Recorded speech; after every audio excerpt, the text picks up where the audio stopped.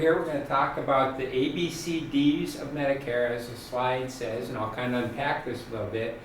The A and B parts of what we're going to talk about are the federal entitlement program of Medicare, and the C's and D's part are the private sector part of Medicare that is actually overseen by Medicare. My name is Jeff Sauter. I have been doing Medicare sales and supplement sales for probably going on 10 years now, and I work for a company that we're based out of Superior, and it's called MediQuest. The reason that we're based out of Superior and that there's agents throughout the state is that Medicare is sold by zip code, and so there's me here, there's somebody over in Hudson, we've got somebody up in Ashland, and over in the Superior Duluth area, and so we all have different policies that end up coming and being available for participants. And speaking of policies, there's two ways that information can be presented, and the one way is to be able to talk specifically about policies and give the names of policies, give the makeup of the policies, the co-pays, and what you can expect, and that would be called a sales presentation. That's typically specific to one particular company. Or what this presentation is an educational presentation, which it allows me to talk about the concepts of Medicare, but it doesn't allow me to talk specifically about any plan information or anything like that. So if you want plan information, I've got cards on the back table, and you can just pick up a card and you can contact me and I can give you the information that you might be seeking. So with that being said, I'll start to advance and go to a little bit of a history lesson. And Medicare itself started back in 1965, and that's Lyndon Johnson that is signing it into law. President Truman and his wife Bess were the first recipients of Medicare. And the Midwestern flavor, if you look right in between President Truman and his wife, you'll see Hubert Humphrey having been part of the process to bring Medicare basically to the country. So it's been around for a little bit more than 50 years.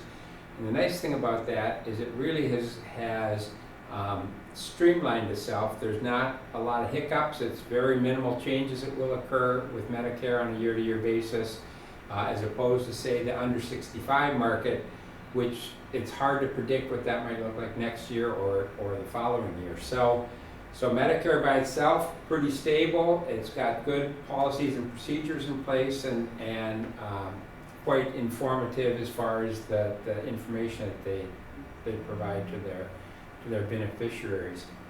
Medicare itself is for three different groups of people.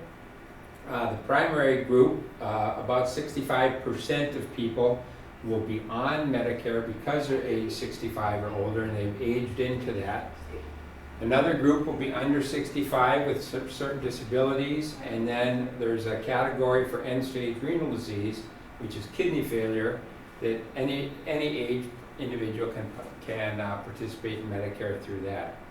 And then it's administered by the Centers for Medicare and Medicaid Services, and that is, the acronym for that is CMS, so a lot of times you'll hear CMS just being referred to without the full name being there. But there's a number of government agencies that are involved in this. So not only the CMS, but also Social Security, so you've got SS, you've got Health and Human Services, so you've got HHS, and then you've also got the IRS involved in the way of being able to make sure that people are paying the appropriate amount for their Medicare itself. So you learn to speak in acronyms because all those agencies tend to identify themselves just by a 3 or 4 letter acronym itself. As far as enrollment in Medicare, if a person is on Social Security prior to turning age 65, they will automatically be enrolled in Medicare. And the nice thing about that is about 3 months before the month that the person turns 65, they'll receive their Medicare card, and then that will take effective on the first of the month that they actually turn 65. And the only caveat to that is if somebody has a birthday on the first of a month, then their Medicare actually becomes effective the first of the previous month on that. And this is what the Medicare card will look like. So it will have the individual's name, and then they'll have the identifier number, which now is randomized, that up until the beginning of 2020, that number was a person's social security number, and then it would have a letter at the end of it. But now they've completely randomized them, so the risk of identity theft is much smaller.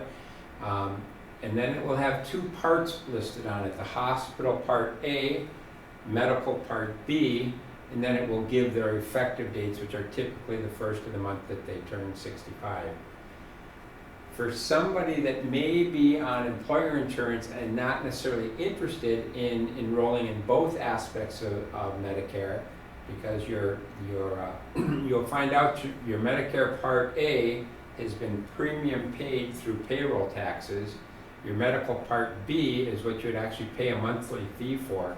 And if somebody might be on employer insurance or on their spouse's employer insurance and choosing not to have Part B yet, then what they can do is they can sign the other half of the card that comes and say that they're declining Part B at this particular time, and then when they lose their employer coverage, then they will re-enroll in Part B and start to pay the premium for that at that point. So they sign the card, send it in, and they get a new Medicare card coming back.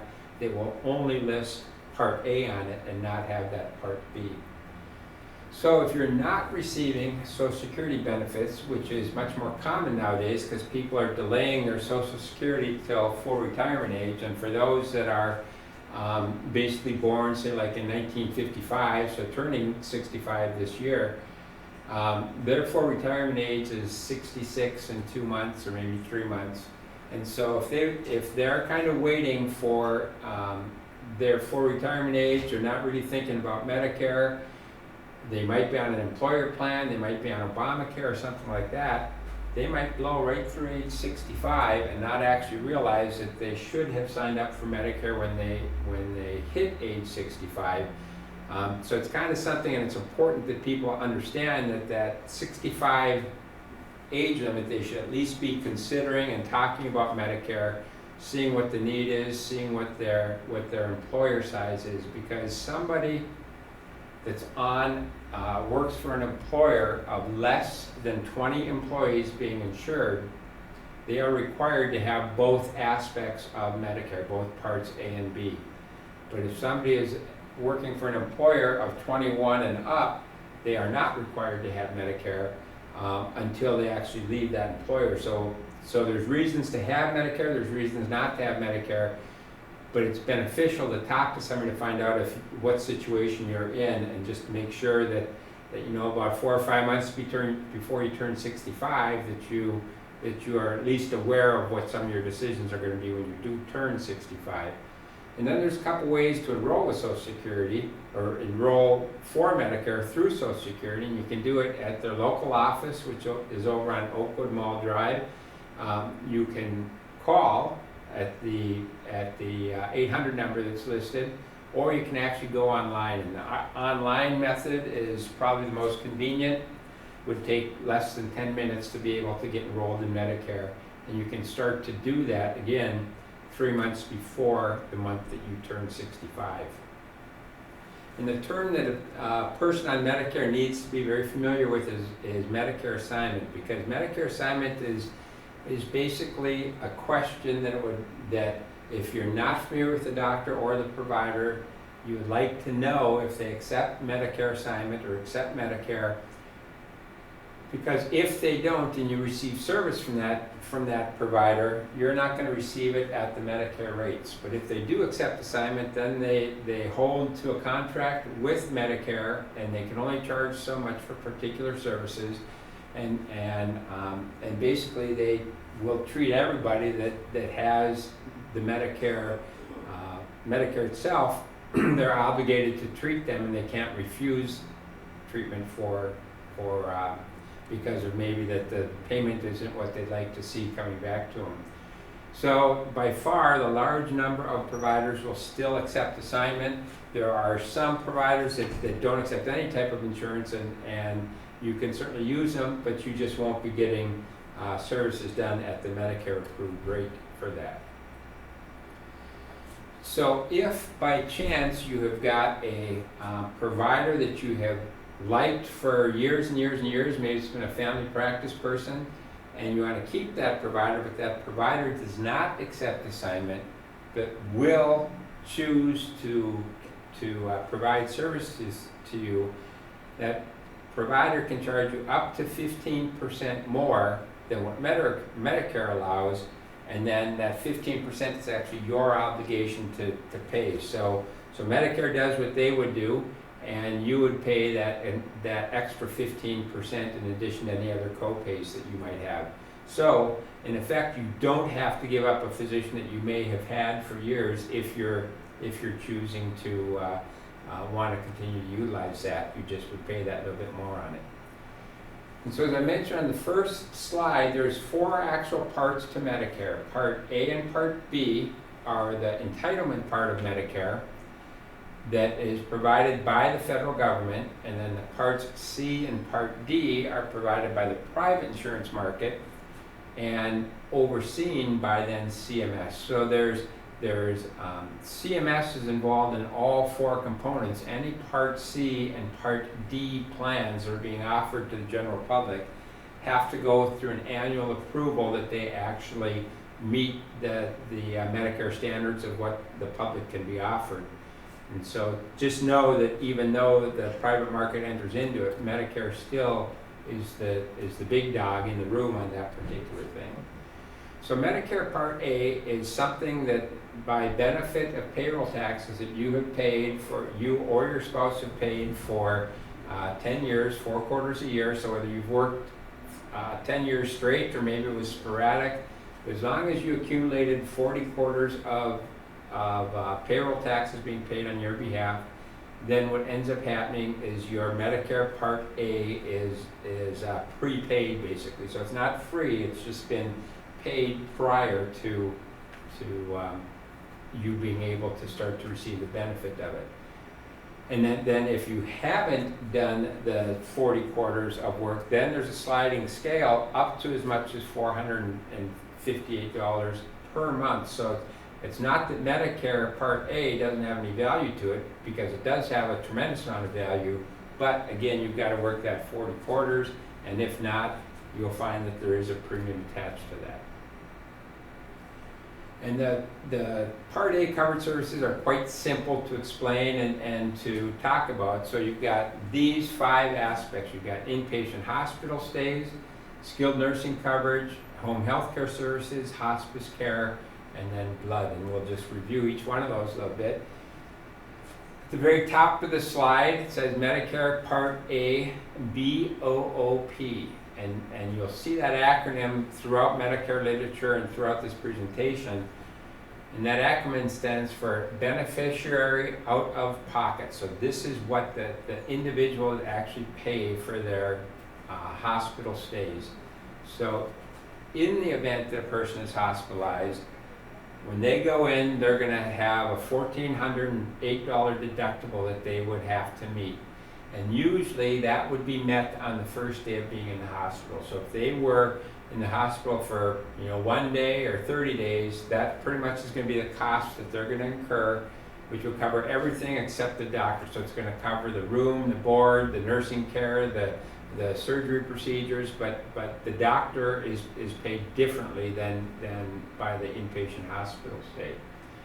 And then days 61 to 90, you'd be paying $352 a day. Days 91 to 150, $704 a day. And after day 150, all costs. And typically a person, it's rare to have a person stay in the hospital. I mean, they try to move them out as quick as they can. But to have somebody in the hospital for 150 days, most often by that time they've been moved to a long-term care facility or maybe a short-term care facility or something like that. The unique thing about Part A that a person has to keep in mind is that it runs on benefit periods, and a benefit period is 60 days. So if a person is hospitalized for 1 or 2 days, they pay that $1,400 and $1,408 deductible. Then they're out of the hospital. Maybe they're out of the hospital for 65 or 70 days or 90 days or whatever. But once they have gone past that 60 days from their prior admittance, a new benefit period starts, and consequently another deductible comes into play. So conceivably, if a person's being hospitalized every 61 days, they might see 3, 4, or 5 deductibles having occurred over the course of a year. So it's not an annual deductible, it's a benefit period deductible. And that's something a person has to be aware of just from a financial consequence of just Medicare Part A and Part B being in their wallet. Skilled nursing facility basically are short-term facilities. They have to, the person going into something like that, there's going to be a requirement that they meet the daily skilled services of nursing care or therapy care. Admittance to a skilled nursing facility to receive Medicare reimbursement for that is that they have got to be in the hospital for 3 consecutive nights, and if they do that, then they will receive Medicare reimbursement for skilled nursing facility care. Then they've also got to be admitted to the skilled nursing within 30 days after leaving the hospital for the condition that put them in the hospital in the first place. And then skilled nursing facilities also go by an acronym. It's called a SNF, and so they've got to be Medicare participating SNFs in order to be able to accept patients and bill Medicare. Usually the makeup of the facilities are semi-private rooms, meals, skilled nursing care, therapy services, social services, medications that an individual might need, any ambulance transportation that might be for a medical need, and then dietary counseling. Back to that BOOP again, so now what you would be paying the first 20 days in a skilled nursing facility, there is no charge for that. So basically you're being able to receive all those services you saw on the previous page, and 20 days is pretty much almost a long-term stay in a skilled nursing facility. For years I used to work in a skilled nursing facility, and during our management meetings, we would on every Monday morning, we would always review what our average length of stay was, because that's a benchmark that we always try to improve upon. And our average length of stay was usually about 12 to 13 days, and that was for knee replacements, hip replacements, shoulder surgeries, and that type thing. Days 21 to 100, you'd be paying about half of the costs, which are 176 per day, and then all days after 100, you'd be paying all the costs. If by chance somebody did not meet the criteria to receive skilled nursing facility care, but yet they're going to be homebound and they still need to receive therapy services, they can receive home health care. And home health care is the requirement is you be homebound. It's not that you run home and you have therapy and then you run back out to the golf course after therapy. You have to be homebound, have to have the doctor's note that said you require the therapy, and then you can receive the skilled care or the nursing care or therapy care, whatever you might need, and then it's reviewed at 60 days, and if you're still needing to receive care, then they can prescribe another 60 days. And usually the benchmark for either receiving home health care or admittance and as far as leaving the skilled nursing facility, once your therapy plateaus, that's going to be the criteria for discharge for either the skilled nursing facility or for home health care. So, and even if the progress is very incremental, that person can still receive that skilled nursing. But once they plateau, that plateau is going to stop the individual from being able to have either this or the skilled nursing care. You don't pay anything for these services, but if you're needing any durable medical equipment, which would fall under the Part B items, then what ends up happening is you would be paying 20% for either the purchase or the rental cost of that equipment. And then hospice care being for people that are estimated to have six months of life or less left to live, and should the person go beyond that 6 months, they're able to receive 2 90-day extensions or then unlimited 60 days. And just because somebody's terminally ill doesn't mean that they're not be able to still participate in life. So when my mother-in-law was in hospice care, She was at the golf course, she was at the Elks Club. I mean, she was continually living her life, but yet she is still having to have some pain management and to have questions be answered and that type of thing. And so it was a real benefit for her, and she went beyond that 6 months, but she was into one of her 90-day periods. But nonetheless, a person can also recuperate and possibly leave hospice care because they have improved in their health and they're not expected to pass away within a short period of time. And then that hospice care could be there for them at a later date when they might actually need it for the same thing or a different thing. So it's not only a one-time use that you can do that. And again, there's not a charge for something like that, except if you're going to get medications to manage pain. You might find that you'd pay up to $5 for that. So that's the extent of the Part A services. When you move into Part B services, what will end up happening is that basically this is what you're using 92% of the time, is the Part B aspect of Medicare. So it's going to be your outpatient visits to the doctor. It'll be outpatient surgeries that you do. It'll be durable medical equipment and that type of thing, therapy service that you would do. So pretty much this list isn't comprehensive, but Medicare has a wealth of information to be able to go to online or receiving a book called Medicare and You, which is mailed out every year, and for a person to review that book, at least they would be able to get a good idea of what type of services are being offered. And so these are, again, some of the services for Part B covered services. So emergency care are covered any place in the United States. Ambulance service, chiropractic services, and when it says limited, that means it's limited to subluxation of spine, which are basically the spinal adjustments. So you're not going to go to a chiropractor and receive acupuncture at this time. Acupuncture, diet therapy, and some of those other things.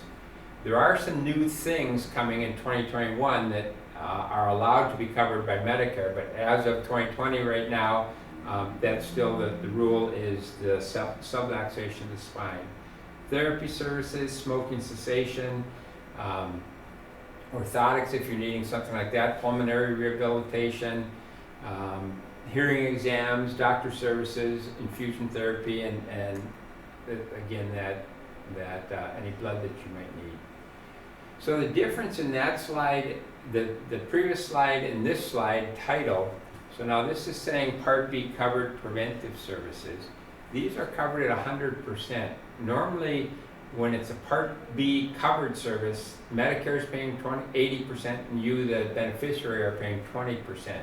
When it's a covered preventive service, Medicare covers 100% of this. And so the first thing is, welcome to Medicare exam.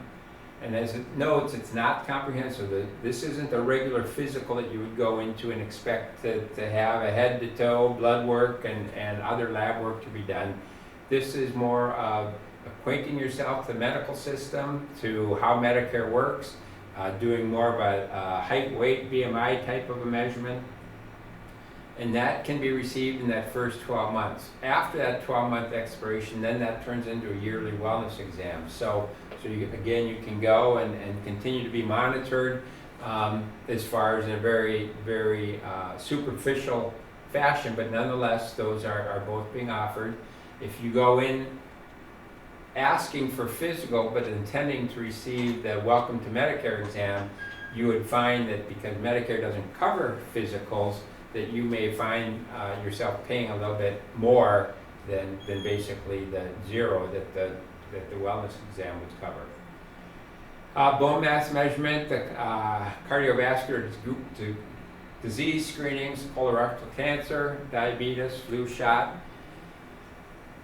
glaucoma tests, hepatitis screening, smoking cessation again, pap test, mammograms. So there's a fair amount of services that are covered at 100%, and whether you're on a supplemental plan or whether you're on Medicare by itself, these services are all built into any type of plan that you might be involved with.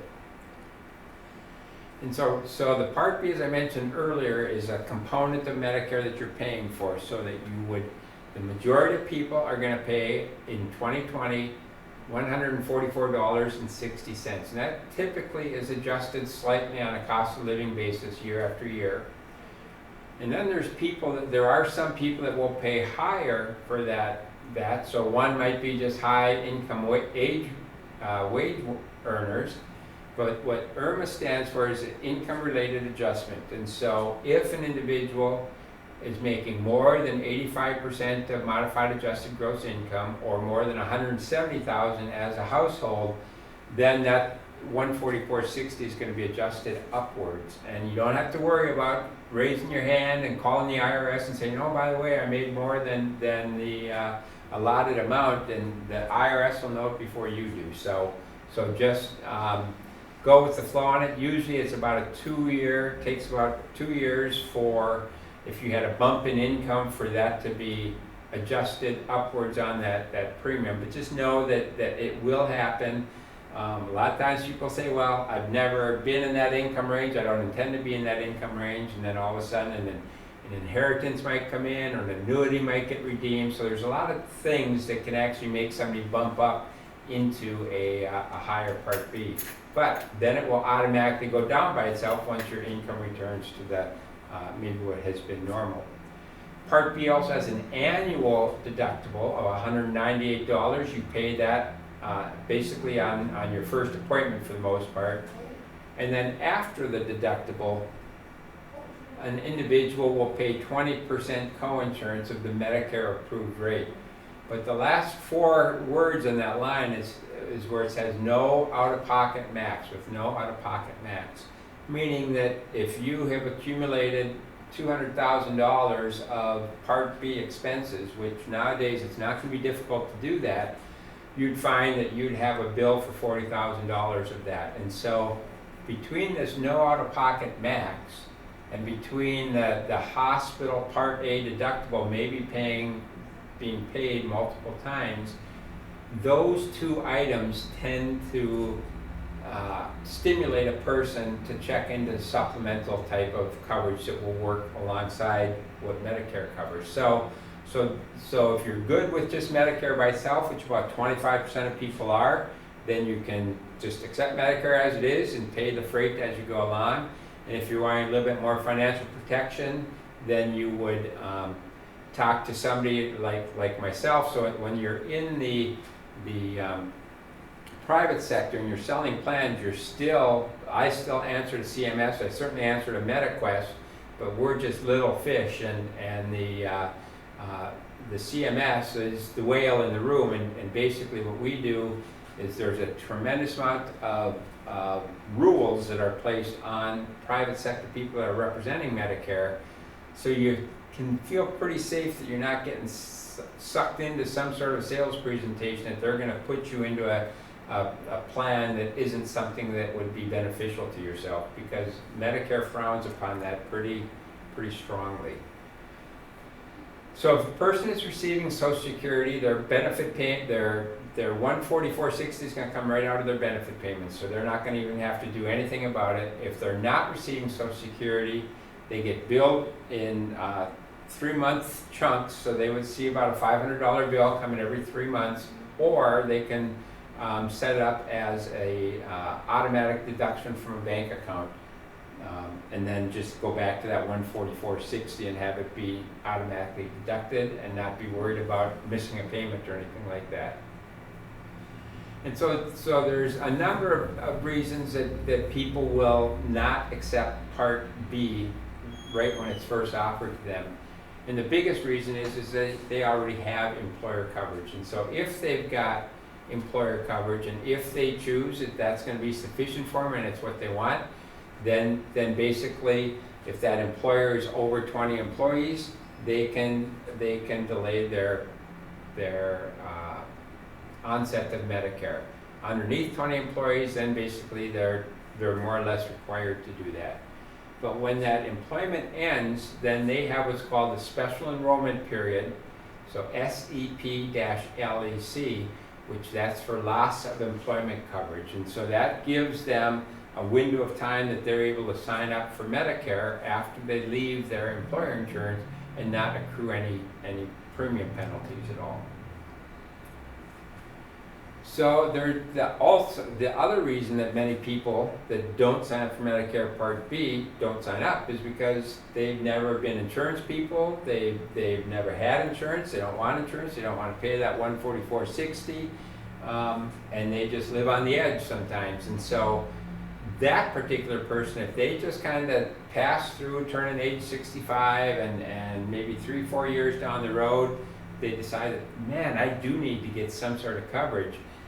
Then what they can do is they can sign up from January 1st through March 31st of every year with the coverage taking effect on July 1st. But there's a couple things there that kind of rub a little bit of salt in the wound on it. One is that you are paying a 10% premium penalty for every 12 months that you have not been enrolled, but you maybe should have been. You should have been eligible for it. The other thing is you pay that penalty for as long as you're on Medicare. So it's not like you just pay it for a year or 2 years. You're going to be paying it for the duration that you're on it. You kind of play with fire a little bit with not going on Part B. And so, for instance, if a person said, I've never needed insurance and I just am not concerned about my health care costs, and say they take sick in April of a particular year without having that Part B coverage. And first of all, they're not going to be getting the Medicare approved rates because basically they're not on Medicare, so they're going to be paying a higher rate for whatever their services are. But they're not going to be able to even sign up for Medicare until the following January, and even then they're not able to get coverage until July 1st. So it is kind of a dangerous game to play to not have some sort of coverage that will provide it. And if somebody was declining coverage because of low income or a limited income, there's resources out there to help them to be able to maybe meet that $144.60 premium. And that's when there's an organization here in town called the Aging and Disability Resource Center. And they provide all kinds of no-cost assistance to help people navigate. So it isn't, there's no lack of help for somebody that's wanting to learn more about Medicare or learn more about how to help make ends meet. And that Aging and Disability Resource Center is just a key component in our community, and they're located right over in the courthouse. So this comes now into the Medicare plan types, and there are 3 ways to be able to protect yourself above and beyond what Medicare does. And each of these are unique in themselves, but they all accomplish the same goal of providing you supplemental coverage. So Part C are Medicare Advantage plans, and in our zip code here we have 2 Medicare Advantage plans. Medigap, which is the fancy name for Medicare Supplement. These are the granddaddy of things. They've been around since, like 1980 or the late 70s. And basically that's covering the gaps of what Medicare doesn't cover on their reimbursement. And so basically, as the name suggests, that 20% that you'd be paying, that gap in what Medicare doesn't, that's what those plans would work specifically towards. And then a Medicare cost plan, which is kind of unique to our county or this part of northwestern Wisconsin. It's kind of a hybrid in between the Part C plans and the Medigap plans, and so it has a little bit more flexibility to it. So it's not as stringent as a Part C is, but it also has enrollment opportunities that you can utilize throughout the year. You don't have to sign up at any one particular time. And so the Medicare Advantage Part C plans, those are actually replacement plans for Medicare, but they have to be options that are approved by Medicare, and then they're administered by the insurance companies. And what Medicare does is they basically are offloading their Medicare customers onto a Medicare Advantage plan, and they're paying the plan a stipend per month that will basically take the responsibility away from Medicare and put it on the insurance company. And so the nice thing about Advantage plans, they've been around since the late 90s, is that their goal is to keep their beneficiaries as healthy as possible, because if they're not utilizing the system due to the preventive type things that they have learned in the Advantage plan, then the Advantage plan is more profitable. If they incur a fair amount of costs on the Advantage plan is still going to cover them, and as mandated by Medicare. But the point of an Advantage plan is they're trying to keep their constituents and beneficiaries as healthy as possible. So back when I was in the fitness center business, which I was in for 22 years, it was always our goal that we always felt prevention had a benefit to a person's long-term health, that it was wise to be active, it was wise to go to a senior center, to a YMCA. But insurance companies never really recognized that, and they didn't never encourage their policyholders to become physically active. Advantage plans did do that, and I really thought that was going to be the advent of change, but that change was about 20 years after Advantage plans came to be.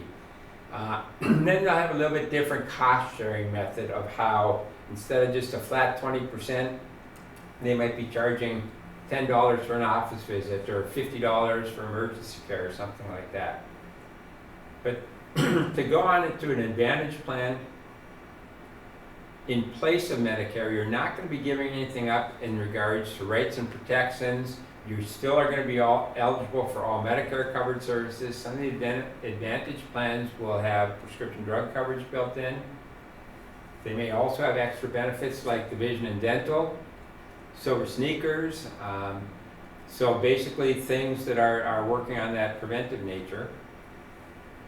And then they'll ask a person to use network doctors, as far as that helps the Advantage plan better control their own costs and as well as send the beneficiaries. So in order to sign up for an Advantage plan, you have to live in the plan's service area, which is controlled by zip code, have to be enrolled in Medicare Part A and Part B, and even though this is a replacement plan for Medicare, and technically you're not on Medicare, you still continue to pay your Part B premium in addition to any premium that these Advantage plans may have. You can't have end-stage renal disease, and then you follow the Plan C rules, or Part C plan rules, which basically are that you live in the area that you receive services and receive the plan. You see network doctors and that type of thing. And you only belong to one Medicare plan at a time. So even if you might want an abundance of coverage and you try to have a little bit of every one of those three categories that I said, Medicare frowns upon that, and in fact, once they notice it, what they end up doing is that they will cancel one of those plans and just keep you in another plan. So they may be canceling the one that you really, really wanted and put you in one that you accidentally bought, but that's something that Medicare does monitor. So when you're in the Advantage plan category, there's actually 6 different types of plans that are offered within the Advantage plan structure. And so each one of these do things a little bit different, but they still are all part of the Advantage plan umbrella. And so to sign up for an Advantage plan, you've got the opportunity, same as Medicare, sign up 3 months prior to the month you turn 65, the month of turning 65, and then 3 months after that month. And then every year there's an annual enrollment period from October 15th through December 7th.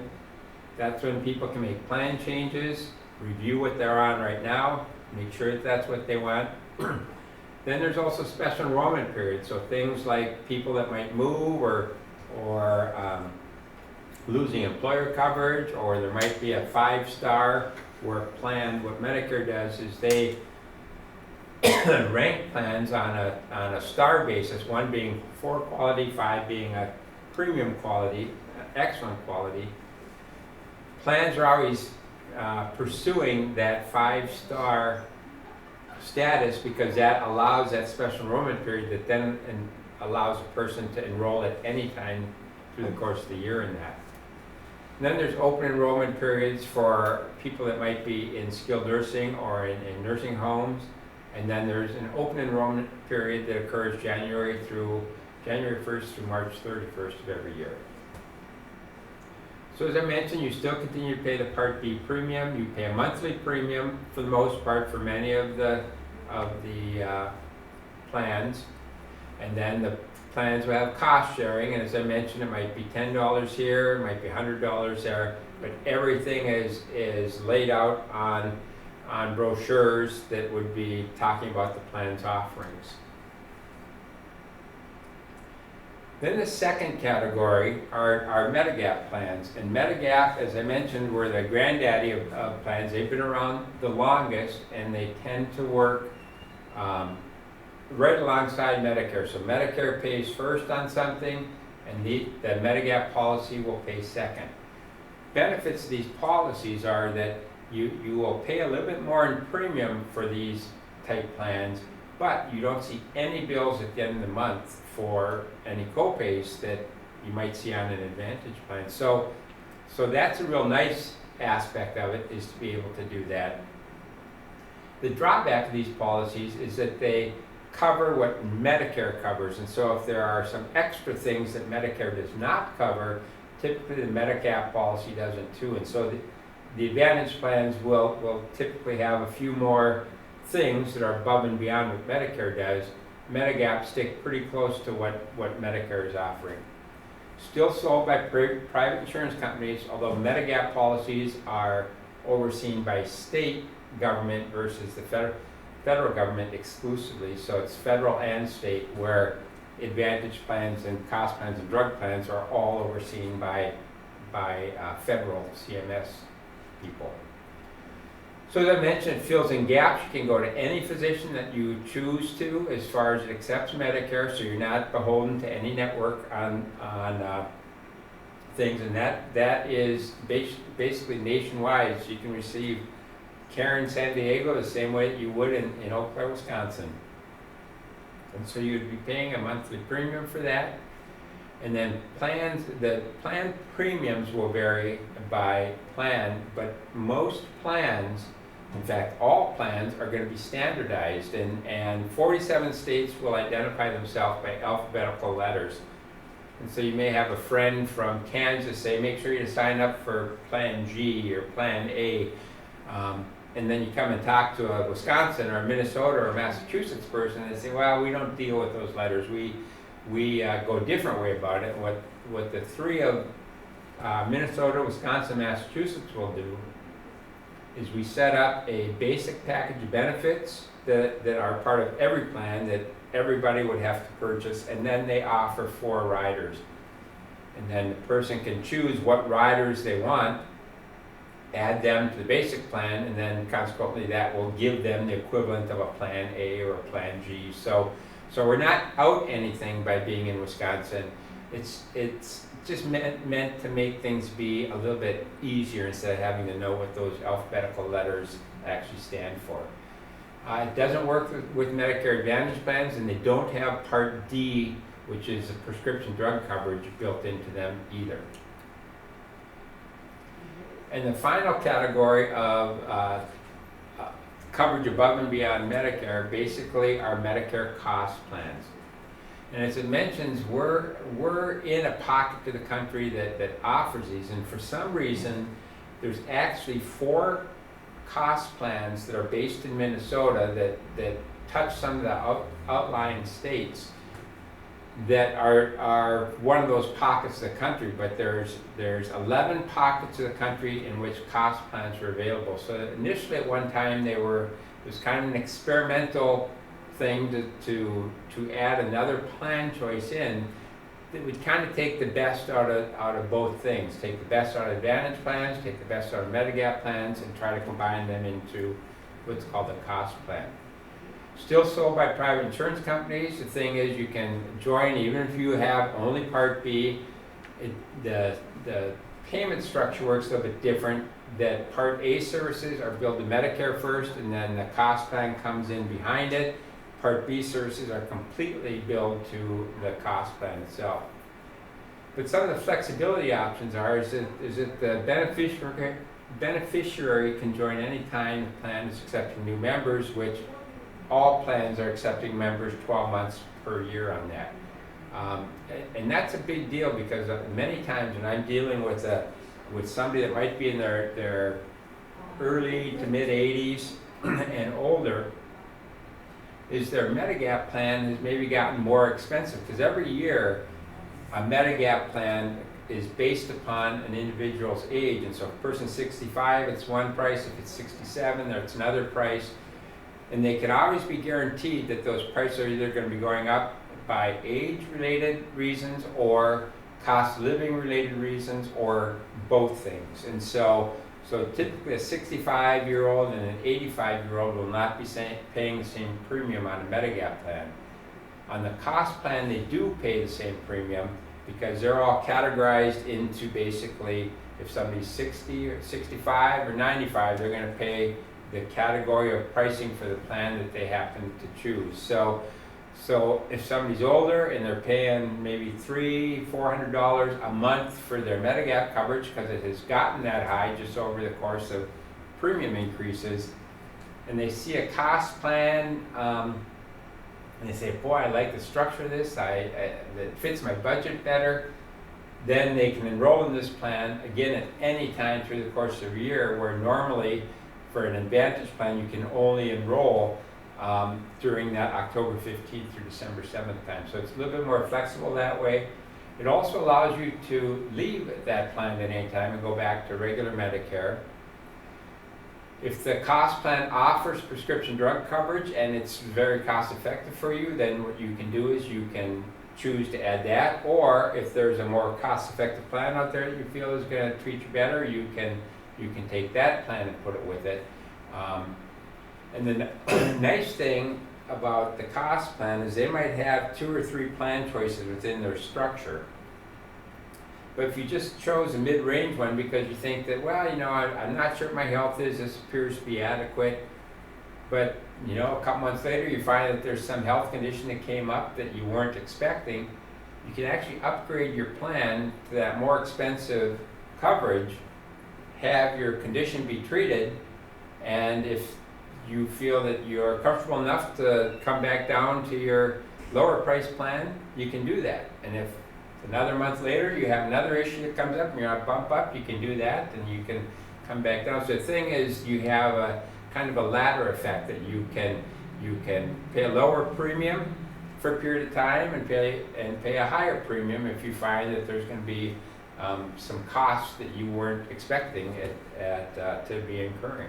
So it's kind of a huge sales feature to have something like that on that plan. So that's the extent of the supplemental coverage to Medicare itself. So again, just to refresh, it was Advantage plans, of which there's 2, Medigap plans, of which there's 30, and the cost plan of which there's 1 in our zip code area. So there's plenty of choices for an individual, and the difficulty is sometimes a person gets overwhelmed with the amount of mail that comes to one's house, and that's, if you didn't get mail before you got to age 65, you're going to get plenty of mail after you turn 65, so you're not going to feel left out at all, and that will continue on all the time. So there's a lot of continual advertising that goes on. So the final part of Medicare is the Medicare Part D, which is the prescription drug coverage of Medicare. It's called optional prescription drug coverage. It's available for everybody with Medicare. It's still sold by the private market as overseen by CMS.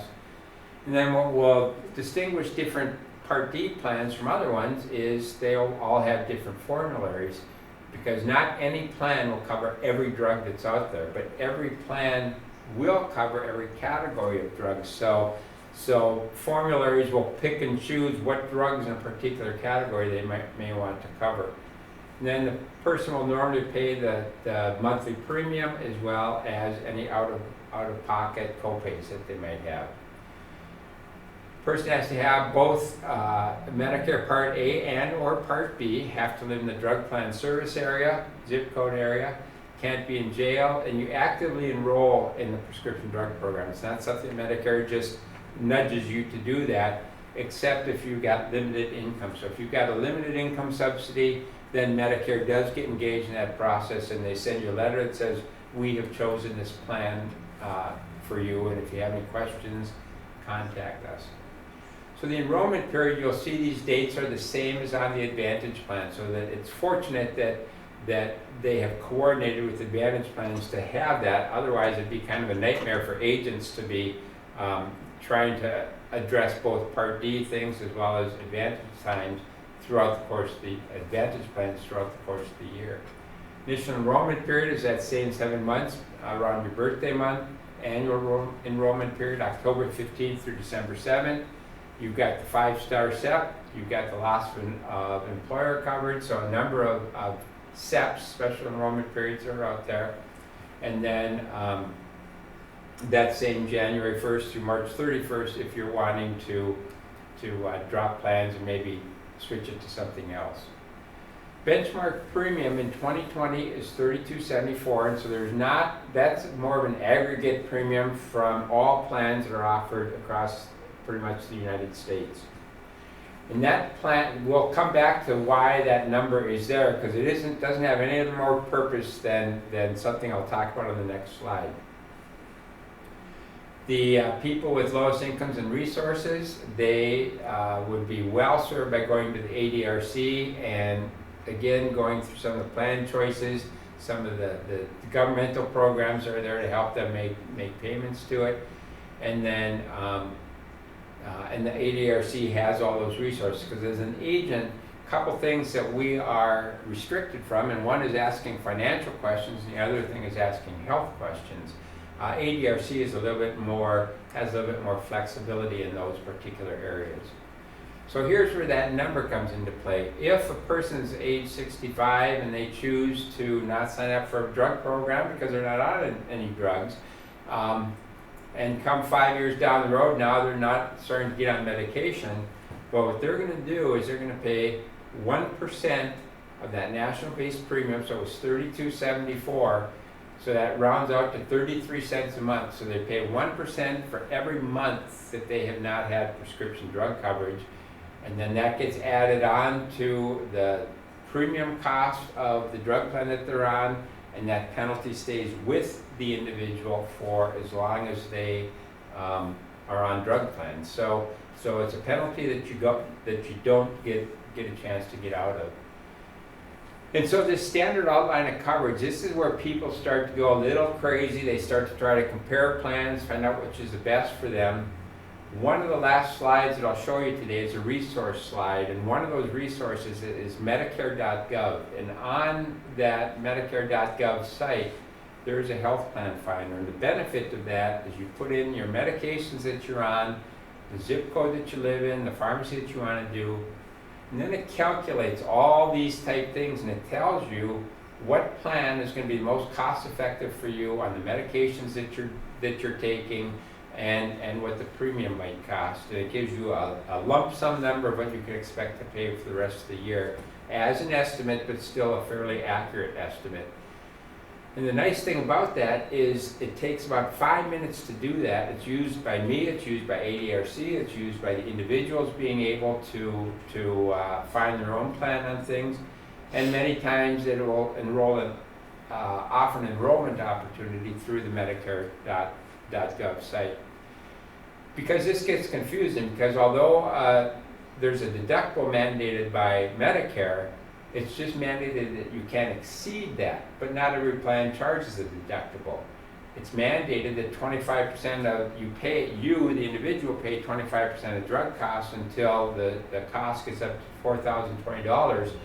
But some plans say, you know what, we're not going to charge co-insurance on maybe Tier 1 and Tier 2, which are generic medications, and maybe that 25% doesn't enter into it. But the structure of every plan tends to be different, but actuarially the same or better than what Medicare mandates. So that healthcare or Medicare.gov plan is going to save you a tremendous amount of time and energy and consternation to just put your medications into something like that. And it will also take these things into account. So it takes the Medicare.gov site does. So it'll take the formularies into account to make sure your medications are covered. It will tell you if your medications have prior authorization or if they require step therapy. And step therapy is where you start at a lower cost drug, and if that's not effective, you move up to the next level, and if that's not effective, you move up to the next level. But typically you have to try everything, so that the plan will show you that. And then it will tell you if there's quantity limits, especially for things like a narcotic type thing. And then there's going to be some excluded drugs, and plans can choose to exclude or not exclude, or maybe add them in as a special thing. But Medicare does not mandate these things to be included. So drugs for anorexia, ED, fertility drugs, cosmetic drugs, cough medicine, vitamins, minerals, and other over-the-counter type non-prescription drugs. And the last aspect of the presentation is basically Medicaid, and that is the state program. It's funded with both state and federal monies, but it's for people that have limited income and resources. And if somebody is falling in that category, the ADRC is so beneficial to use because, again, they've got to line into what appropriate programs will work best for the individual, and then they can ask the financial questions, they can ask the health questions, and then they can place a person in one of these 3 or 4 different programs. So the top 3 are basically intended for the healthcare part of things, and then the 4th bullet there is intended for the drug programs itself. But these are things that you would bring, and again, whether you utilize the ADRC or a SHIP coordinator, which is another resource slide that I'll have on here, this is what they'll do is they will review your financial status and be able to guide you towards what might be your best choice. And regardless of what you do in the Medicare world, Medicare is very adamant about their beneficiaries being treated with dignity and respect, not to be discriminated against, get information you can understand, get culturally competent services, get emergency care when and where you need it, same as with urgent care, answers to Medicare questions, being able to learn about your treatment choices, and if you don't understand them, make sure you have somebody explain it to you. You can file complaints, appeal denials of treatment, and as always in any health plan, personal information is to be kept private, and you yourself knowing your privacy rights as well as them reinforcing it. So here's the first resource slide that I mentioned. So that Medicare.gov is where you would find that health plan finder, really handy tool to be able to target a drug and even a health plan. But most often it's going to be used for drugs, and I use that site religiously. If I've got somebody on any medications, it's not just a crapshoot that I'm going to just pick a plan because it might have a low premium, because if it doesn't cover their medication, what good is the plan then? So again, Medicare.gov, CMS.gov, you've got the Social Security Administration, so SSA.gov, it's another spot the individual can sign up for Medicare through. And then the Railroad Retirement Board, which is a separate retirement system than Social Security is. And then the linkage lines both over in Minnesota as well as Wisconsin. So if you weren't able to maybe go or call the ADRC, these resources also will provide you very, very beneficial help on Medicare itself. And with that being said, this is the end of the presentation. So the thing with myself working for an independent insurance agency is we tend to carry a broad array of plans, and it doesn't matter,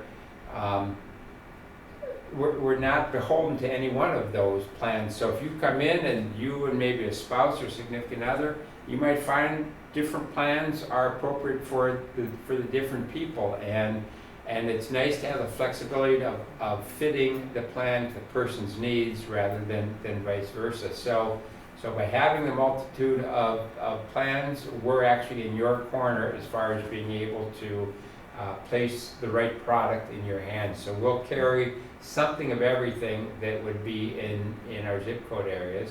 My contact information is up there as well as our company's website. So with that being said, thank you all for